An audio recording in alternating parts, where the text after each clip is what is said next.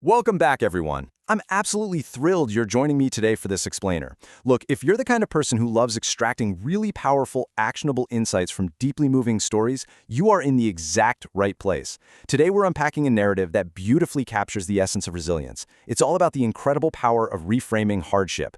The story is called The Boy Who Believed in Tomorrow, and we're going to break down exactly how one young kid navigated just immense adversity. But more importantly, we'll see how we can actually apply his mindset to our own modern-day challenges. So get comfortable, lock in, and let's get inspired.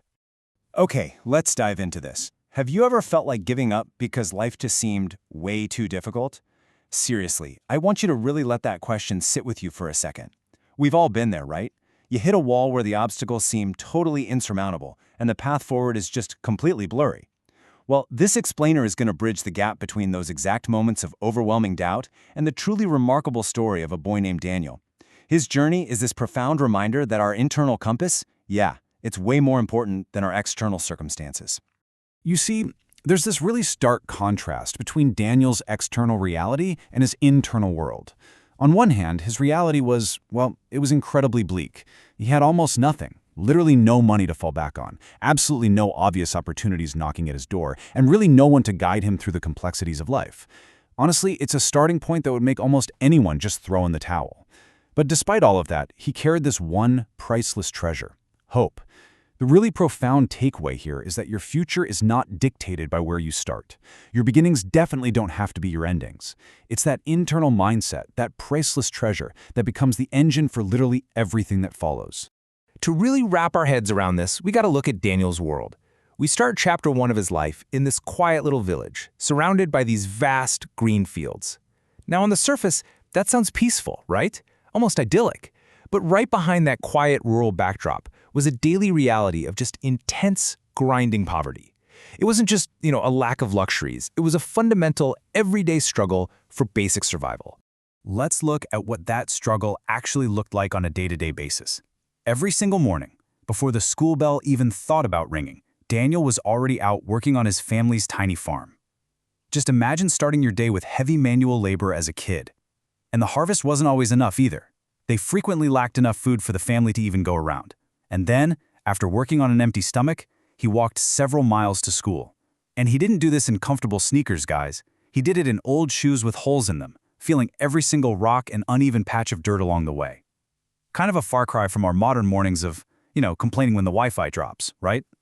Just take a second and absorb the heavy weight of that physical reality. Unfortunately, Daniel's physical poverty inevitably bled right into his social environment.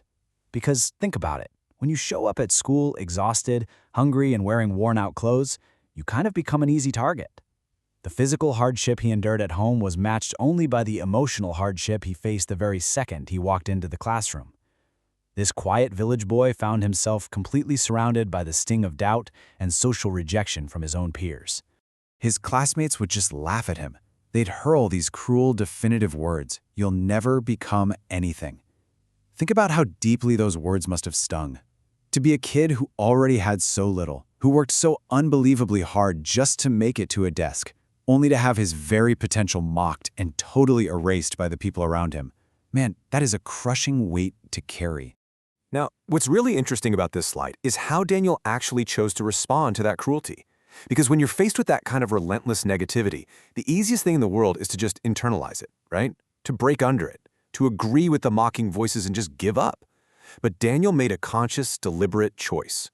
He chose not to let those cruel words define his reality. Instead, he chose something far more difficult and honestly, far more powerful. He chose to believe. In direct contrast to the harsh words of his classmates, Daniel actually had his own mantra. Every single morning, he would look out at the sunrise and whisper to himself, "Tomorrow will be better." What an incredible juxtaposition that is. While his peers offered him literally nothing but limits, the sunrise offered him a blank slate. He met their cruelty with this unwavering, radical optimism. But here is where the story gets incredibly grounded. He didn't know exactly how he would do it. He didn't have some concrete timeline for when he would escape poverty. But despite having zero plan, he believed. That simple, unshakable belief became the single strongest thing he owned. It's such a powerful reminder that you don't actually need to have all the answers right now. You don't need a perfect roadmap. Sometimes, just the sheer force of belief is enough to keep you moving forward when absolutely nothing else can. And that brings us to a really pivotal turning point in Daniel's life. Picture a quiet evening. The day's grueling work is finally done, and Daniel is spending some time with his grandfather. Now, they aren't engaged in some grand, sweeping philosophical debate. They're just simply sitting together, physically repairing an old wooden chair. And it's in these quiet, unassuming moments that life's most important lessons are often passed down. I want to pause on this idea of repair for a second. As they're fixing the broken parts of this old wooden chair, there's this beautiful, silent metaphor unfolding. Think about what it takes to actually fix something broken. It requires patience, care, and super deliberate effort. In a lot of ways, piecing that chair back together perfectly mirrored the deliberate mending of Daniel's own self-esteem. Every single time his classmates chipped away at his confidence, he had to take the time to meticulously rebuild it, piece by piece, just like the wood in his grandfather's hands. And it was in this intimate, quiet space that Daniel finally voiced the incredibly vulnerable question that had been weighing on his young mind. He looked up and asked, "Grandpa, why do some people succeed while others give up?" You can just feel the weight of this moment, right? Here is a boy carrying the incredibly heavy burden of his circumstances, looking for the secret to breaking the cycle. He's practically begging for the roadmap. And this brilliantly illustrates the power of a mentor who truly gets it. The grandfather didn't offer some complicated formula. He didn't offer, toxic positivity or try to dismiss the boy's hardships. The story simply tells us that the grandfather smiled gently. He looked at his grandson, clearly recognizing the pain and the deep hunger for a better life, and he delivered a truth that would literally change everything. He told Daniel, "The difference isn't talent, it's what they do after failing." I just want you to let those words sink in for a moment. It is such a stark, bold truth. As a society, we obsess over innate talent, resources, and head starts. But the grandfather cuts right through all of that. He makes it crystal clear that ultimate success is dictated by resilience. It is entirely about your response to the moments when life knocks you down. And those words, they didn't just pass through Daniel's ears. They permanently lodged right in his heart. They actually became the foundation for his entire worldview. From that very day forward, Daniel made the ultimate decision to take complete control of his own narrative. He realized that while he couldn't control the poverty he was born into or the absolutely cruel things his classmates said, he had absolute authority over his next chapter.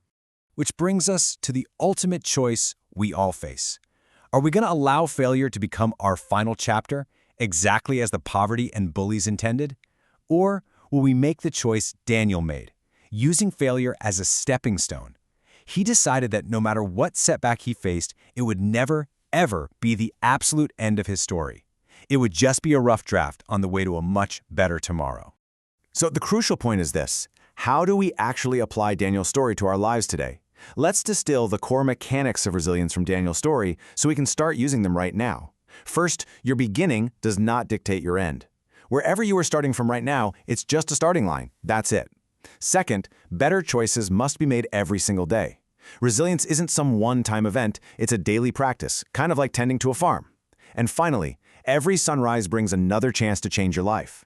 Every single morning is a fresh opportunity to reset your mindset and build towards something better. I want to leave you with this final provocative thought. We all know that setbacks are totally inevitable. We know that life is occasionally going to hand us circumstances that feel just as heavy as Daniel's did. But knowing what we've learned today from this explainer, I want you to ask yourself honestly, what will you do after your next failure? Will it be your final chapter, or will it be the moment you choose to believe in tomorrow? Thank you so much for joining me today. Keep learning, keep pushing forward, and I'll see you next time.